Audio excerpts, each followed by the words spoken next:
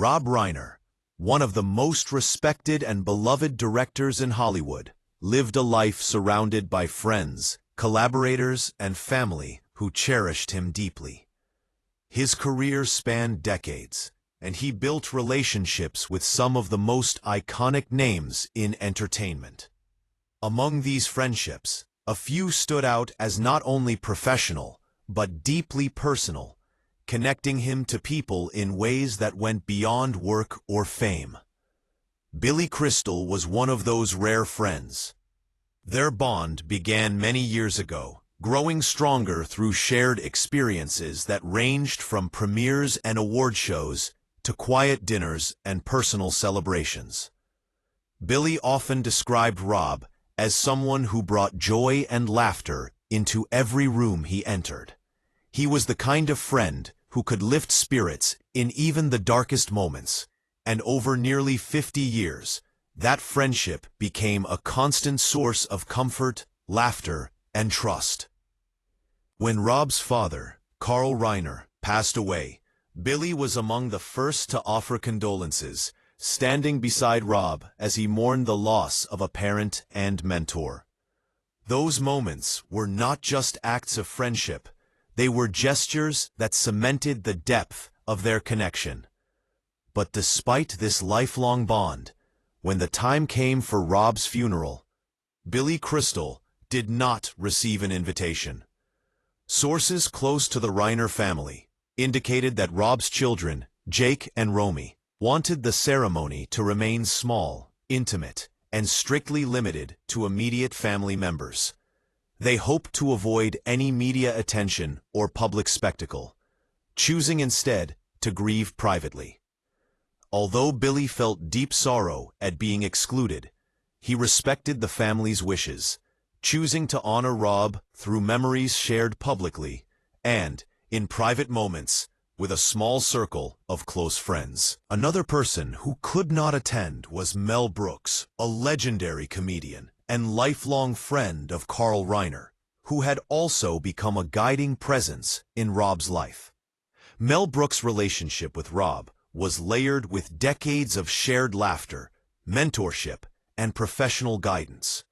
Growing up, Rob witnessed countless nights of storytelling, laughter, and creativity between Brooks and his father, experiences that profoundly shaped his understanding of comedy, timing, and the human experience. Over the years, Brooks and Rob maintained a connection built on respect and mutual admiration. They attended award ceremonies, memorials, and industry events together, often sharing moments of deep reflection and humor. By the time of Rob's passing, Mel Brooks was 99 years old and facing health challenges that made attending the funeral impossible. While he deeply mourned the loss of his friend, he knew that physically being present could endanger his own health, a heartbreaking reality that left him grieving from a distance.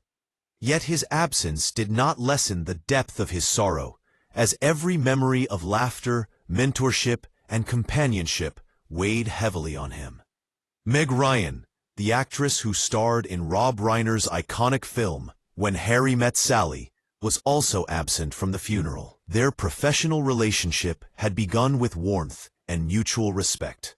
On set, they shared laughs, creative energy, and memorable experiences that contributed to one of the most beloved romantic comedies of all time. Over the years, they occasionally appeared together at anniversaries and special events celebrating the film, showing public affection and admiration for one another. However, subtle tensions had arisen over creative choices during the film, and later, differing career paths led to a quiet distance. Combined with the family's decision to keep the funeral strictly private, this professional and personal distance resulted in Meg Ryan not being invited, a choice that reflected both the private nature of the event and lingering sensitivities from past collaborations. As the news of Rob Reiner's passing spread, Hollywood was shocked and saddened.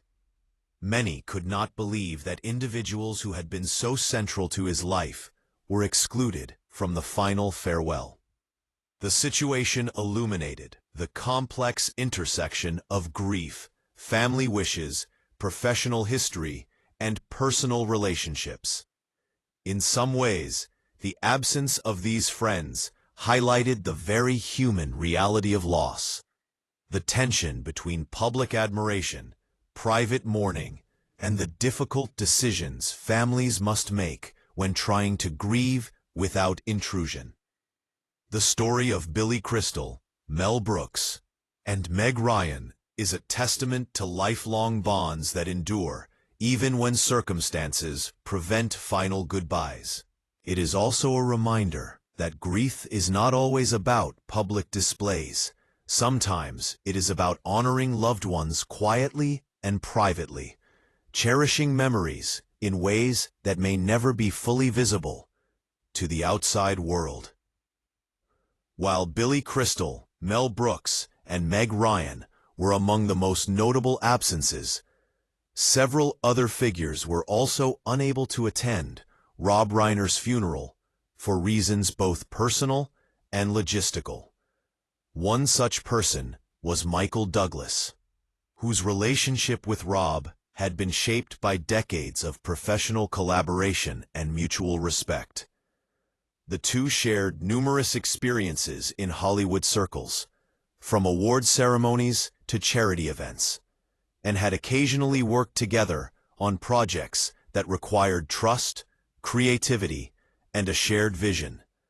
Michael Douglas admired Rob not only for his talent, but for his kindness and integrity in a notoriously competitive industry. Yet when the time came to honor Rob one last time, Michael found himself facing personal obligations and health considerations that made attending impossible. He expressed his sorrow privately, sharing heartfelt tributes through statements and personal messages, emphasizing that physical absence did not equate to a lack of love or respect. Similarly, Diane Keaton, who had maintained a close friendship with Rob over decades, was unable to attend. Their relationship had been cultivated through industry events, shared social circles, and mutual admiration for each other's craft. Diane often spoke highly of Rob's intelligence, humor, and ability to inspire those around him. Despite her wish to pay her respects in person, scheduling conflicts and family responsibilities prevented her from traveling to the funeral. In interviews and public statements, Diane emphasized the importance of celebrating Rob's life through memory, storytelling, and honoring his contributions to film, rather than focusing solely on the absence of presence. Another individual not invited was Rob's longtime collaborator, Alan Alda, whose professional bond with Rob had spanned decades of television, theater, and film work. Alan had often spoken of Rob's dedication, creativity, and relentless pursuit of excellence, noting that working with him was both challenging and immensely rewarding. However, Alan's commitments, combined with the family's desire for a private, small gathering, meant he could not be physically present. Like others, he expressed his grief and remembrance in written tributes, interviews, and private conversations with friends and family, ensuring that his admiration and affection for Rob were not forgotten. These absences, though painful, underscored a common theme. Grief is deeply personal, and sometimes even the closest friends cannot always share the moment in the way they would wish. The Reiner family's decision to limit attendance reflected a need to prioritize emotional space and privacy, allowing immediate family to navigate their loss without external pressures. It also highlighted the complexities of relationships in Hollywood, where public personas and private realities often collide. Through all of this, the stories of those who could not attend, whether due to health, professional obligations, or personal choice, demonstrated that love and respect for Rob were never diminished. Each person found their own way to honor his legacy, whether through memory, storytelling, or public acknowledgement, reinforcing the idea that grief and remembrance take many forms. In essence, the absence of these 7 notable individuals was not a reflection of a lack of care, but a testament to the intimate and sometimes complicated nature of human relationships. It emphasized that sometimes honoring a life means respecting boundaries, allowing grief to unfold privately, and finding alternative ways to celebrate the remarkable impact someone had on the world.